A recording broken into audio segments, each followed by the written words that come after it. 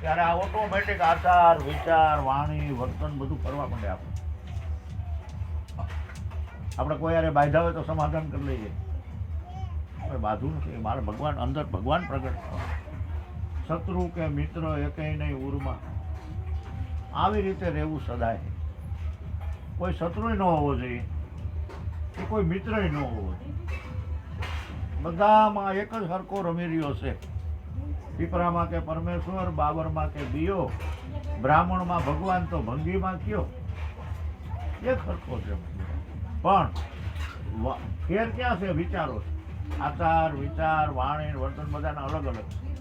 આ એક રાખવા માટે એક ધ્યેય માથે જવું, એક વાતનું ભજન કરવું, એક જ જાતનો વિચાર કરવો. આવું કરવા માટે એક આશરો લેવો પડે. કયો? સત્યનો. ધર્મ ગમે એ હોય, આશરો સત્યનો. સત્યના આશરા વિનાનો કોઈ ધર્મ નથી. એમ સત્યના આશરા વિનાની કોઈ પ્રણાલિકા નથી. આજે આજે વાત ગમે ત્યાં વાત કરે ને ત્યાં એમાં થોડું સત્ય તો પેલા મૂકવું પડે. સત્ય વિનાનું કાંઈ કરે તો હાલે પણ નહીં. ઘડીકમાં રંગ ચડે ને ઘડીકમાં ઉતરે, ઘડીકમાં તો વૈરાગી બની જાય. એવા બે રંગા ભેળા નો બે એ પૈક પોતાની જાય. ઘડીકમાં એ કે ગુરુ બને ને ઘડીકમાં તો તેલકા, ઘડીકમાં તો પેટ થઈને પૂજાતા હોય. આ બે રંગ થયા. એક રંગ હોય રંગાઈ જાને તું રંગમાં, સીતારામ તણા સત્સંગમાં, આવા ભજનો ઘણા આપણે સાંભળ્યા છે. પણ એનું આપણે મંથન નથી કરી શક્યા. જો એનું મંથન થઈ શકે તો એમાં અખૂટ ભંડાર ભર્યો છે જાણવા જેવું. બહુ જાણવા જેવું છે. એ આપણે કોઈને કાંઈ કર્યું જ નહીં. રાગ ને તાલ હું માથું ધૂણાવ્યા કર્યા અને હાયા પાડ્યા કર્યા. સાચું કે કઈ બાપા ખોટું બોલે જ નહીં. આવું કરીને સાચું માની લીધું. એ કોઈ પૂછ્યું નહીં કે આ તમે શું કહેવા માંગો છો. જો તમે એવું પૂછો ને તો તમને એનો સાર મળે કે હવે આનો અર્થ આમ થાય. તમારી વાંક કેટલાને સાંભળવા મળે. બધા કેટલા એટાણે અમોય ખાલી ભજન કરતા હોય, બીજી ખબર પૂછતી બીજું કંઈ આગળ પાછળનું કંઈ જાણતા નથી. હવે આ વાત આપણે ક્યાં લઈ જાઉં, કોને પાસે લઈ જાઉં? આ જાણવું હોય, જો આ વાતને માનવી હોય તો આ વાતની સિસ્ટમમાં આપણે જવું પડે. સત્ય સમજવું હોય તો સત્યમાં જવું પડે. કોઈ પણ વસ્તુ લડાઈમાં જવું હોય તો એની ટ્રેનિંગ લેવી પડે. એ સિસ્ટમમાં જાય તો જ એ વસ્તુ મળે, નકર મળે નહીં. એટલે જેમ છે તેમ જો સમજવું હોય તો એની સિસ્ટમમાં આપણે જવું પડશે. આ વાતને આપણે આમ ગેડાઈથી ઊંડાઈથી સિરિયસથી લેવી પડશે. કેમ ના ગયા હતા ભજનમાં?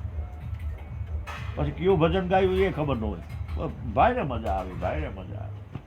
બધાને શેની મજા આવી એમ તો કે ખબર જ નથી. એને જાણતા જ નથી. બસ બસ રાગ ને તાલ આવે એટલે માથું મંડે ધૂણાવા. હરી હરી હરી હરી હરી હરી કરતો જાય, માથું ધૂણાવતો જાય. જાણવું નથી, માણવું નથી, એને ક્યાં કાંઈ તકલીફ હશે. પણ જેને માણવું છે એને તો એક એક શબ્દ એના માટે એક લાખ રૂપિયાનો છે. જેને જાણવાની તમન્ના છે. બાકી તો કે વધારવા જવું પડશે, તો જાગરણ કરવું છે, બેટા એટલે જવું પડે. કાકાનો દીકરો થાય, ભાઈનો દીકરો થાય, મામાનો દીકરો થાય, આવા ભાવથી ગણાતો આવે. નહીં ગમે નહીં આ સત્સંગ ભલે હરિજન વાસમાં હોય, સત્સંગ છે આ બરાબર જ છે તો ત્યાં જવું. અને સત્ય ક્યાંય ખોરો પાથરે ને પકડે લઈ લેવું, ભલે ગમે એ ધર્મ હોય. સત્ય છે. આપણે સત્યના ચાહક થઈ. હંસ ને બગલો બે હરખા જ હોય, પણ ખબર કઈ પડે. એક વખત પક્ષીઓની નાચ ભેગી થઈ.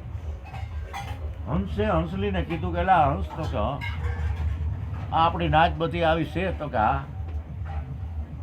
આને કંઈક સમજાયું નહીં કે આપણે મોતી ખાઈએ, આ લોકોના ખોરાક તો જો ગરજાડા તો કે ઓલા મરેલ બળદ ખાય. વનના પશુ પક્ષીઓ જીવડા ને એવું મારી મારીને. પક્ષીઓનો રાજા છો હંસ, એ એક જ મોતી ખાય, બાકી બધા મોતી નથી જડતું. કોઈનો ખોરાક કેવો હોય એ પ્રમાણે એને જડે. હવે એની આખી નાચ ભેગી કરી છે.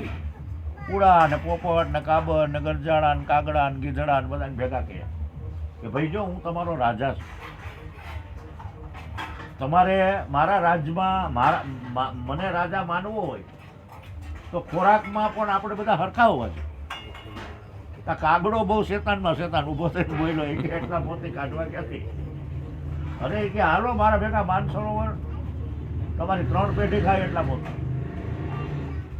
ઉડ્યા બધા એ કાંઈ ઉડ્યા તો ખરા, ઉડતા તો ઉડાઈ ગયું, પણ થોડાક ઉડ્યા ને તા એક ખેતર બાજરાનું બરાબર પાક્યું હતું તે પારેવા ન્યા ઉતરી ગયા, કબૂતરે ન્યા કપાઈ. એક ઉતરું એટલે બીજો, એમાં કબૂતરનો નિયમ હોય, એક ઉતરે એટલે વાહ આખો ઘેરો ઉતરી ગયો. થોડાક આગળ આવ્યા તો જંગલ આવ્યું. જંગલ આવ્યું તો ત્યાં કુડા ને પોપટ ને કાગડા ને આવા બધા ઉતરી ગયા, કાબરું ચકલા. થોડાક આગળ આવેલા તો એક ઝાપામાં બળદ મરેલો હતો, ત્યાં ગરજાડા ને ગીધડા ને એની કપાવી. હવે જ્યાં માનસરોવર આવવાનું થયું ને તો હંસ ને હંસલી એકલા જ રહે. હંસલીએ કીધું કે જો હું તને કહેતી હતી હંસ, આ લોકો ન સમજે. પેલા તો આહાર એવો વિહાર, આહાર એવો ઓટકાર. આપણે ઘઉં ખાધા હોય ને જવનો વટકાર લેવા જાય તો નથી આવવાનો. એવો જ વિચાર, એવો જ વિહાર, જેવો આહાર એવો જ વિહાર થાય આપણે. એટલે સંતો ભક્તો ઋષિમુનિઓ સાદું શું કામ ખાય? ભાજી ઝાડના પાંદડા ખાઈ ખાઈને દિવસ શું કામે કાઢ્યા? એને ખબર છે કે આપણે આવું ખાવું તો આવું ના થાય. અને તો શાક બકાલું લેવા ગયું હોય બેનું ને જો પાણીપુરીની રેકડી દેખી જાય તો એ 5 રૂપિયા 10 રૂપિયાની કટકી કરી નાખે અને એ ડીશ ખાઈ લે. સિટીમાં તો એવો નિયમ જ છે, તમારા ભાવનગરમાં તો બહુ એવું નિયમ જ છે. પણ પૈ રહેતા નથી, ભાભીઓ બધી જાય, 2-3 ભાભીઓ હતી પૈના દીકરા. શાક ઓછું આવે ને એટલે ફઈ વર્તી જાય કે કેટલી કેટલી ડીશ ખાધી પાણીપુરીની, કેમાં રીંગણા એટલા જ આવ્યા, કે આ ભાજી નો આવે, આ ધાણા ભાજી બરાબર ભૂલી ગયા, પૈસા લઈ ગયા હોય લેવું હોય એટલા, એમાંથી કટકી કરે, પાણીપુરી ખાય. શાક તો લેવા બચવાના નથી. એમ આપણને ગુરુ મહારાજે જો ભજન કરવા વસ્તુ આપી હોય એમાં આપણે આડે અવરે વાપરી નાખીએ છીએ તો છેલ્લે ઘટે, પછી ભજન પૂરું થાય નહીં. કાગડો કોઈ દી મોતી ન ખાઈ શકે, બગલો કોઈ દી મોતી ન ખાઈ શકે, એને જરે નહીં. એ લોકો જ્યાં જ્યાં જ્યાં જેનું ઠેકાણું આવ્યું ત્યાં ઉતરવા માંડ્યા. એવો હંસનો રાજા હતો, હંસ તો પક્ષીઓનો રાજા હતો. એ માનસરોવર જઈને એને મોતી ખાધા. બધાને એને તો બધા માટે એવો ભાવ હતો કે ભાઈ આવું કોઈ આપણા પશુ, હું એનો રાજા છું તો મારી પ્રજા કાયમ માટે સુખી રહે, સારા વિચારો કરે, સારી રીતે જીવે. પણ એ કાંઈ એના ભાગ્યમાં હતું નહીં. એટલે હંસ થવું પડે આના માટે, મોતી ખાવા હોય તો, નકર જરે નહીં, કોઈ દી ન જરે. આપણે ઘણી ઘણી ફેરી વાત કરીએ, ફલાણા ભાઈ તો કે કાગડો છે, કાગડો. તને શું ખબર હોય કે આપણે એમ કહીએ આ ફલાણા ભાઈ કૂતરા જેવો છે, હવે એને ગમે એટલી ફેરી ના પાણી દે પાછો આવે. આમાં માણામાં કાગડા, કૂતરા, બિલાડા, પાડા માણામાં હોય. બોલો, આપણે ખબર નથી. જ્યારે એનો અનુભવ થાય ત્યારે આપણે ખ્યાલ આવે કે આ તો આમ છે, વાત આમ છે. જેને જેને સમજવું હોય, જેને જેને જાણવું હોય, જેને જેને માણવું હોય એની પહેલા તૈયારી કરવી પડે. એક મોબાઈલ ચાલુ કરવું હોય તો આપણે એ સિસ્ટમમાં જવું પડે. પહેલાં ઓકે દબાવીએ, પછી શું કહેવાય ઓલું એ બીજું દબાવીએ, પછી ત્રીજું દબાવીએ, ત્યાં ચાલુ થાય. ચાલુ થયું હોય ને ફોન આવે પણ આપણે દબાવીએ તો વાત થાય, નકર એમને વાયકા કરેલી. એટલે જે કાંઈ કાર્ય કરવું હોય તો એ સિસ્ટમમાં આપણે જવું પડે તો આ કાર્ય થાય. હવે સિસ્ટમમાં ન હોય અને આપણે કાર્ય કરવા જઈએ હવને વધારે તો દશા કેવી થાય?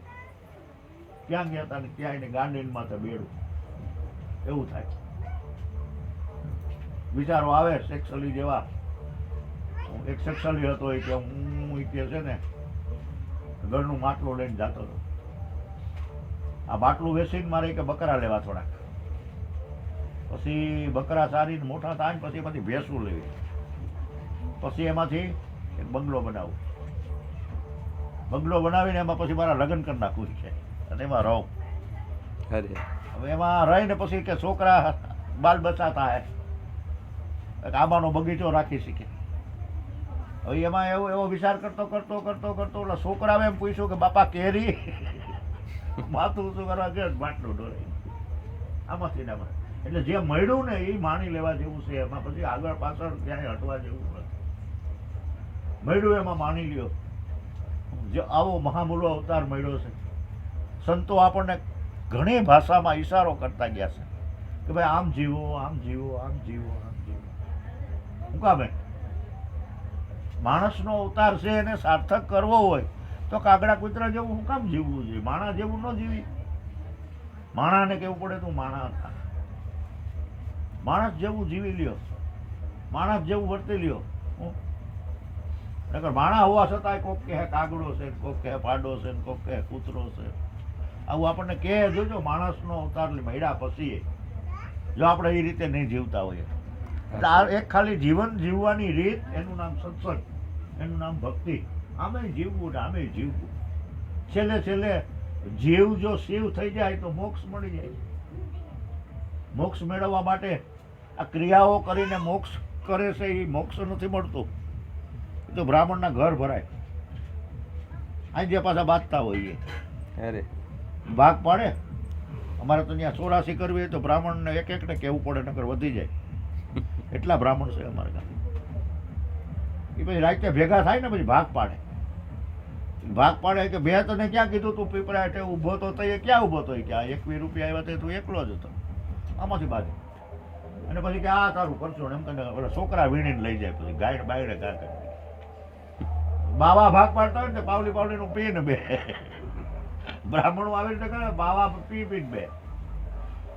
એ પરસોણ છોકરાઓ લઈ જાય. બાકી એના ઘેરે બાયડી છોકરા તો વાઈટ જોતા હોય. આગળ તમારા બાપા આવશે તે સીધો સામાન કંઈક લઈ આવશે. હું બાપા સીધો સામાન લઈ આવે? બાપા એમને બાંધીને આવ્યા હોય. એટલે આવું જીવન નકામું છે. કહેવાનો હેતુ મારો જીવન જીવો તો એવું જીવો કે કોકને આપણા જેવું જીવન જીવવાની ઈચ્છા થાય. મર જીવો બને તો મોજ કરે, મરીને પછી જીવવાનું.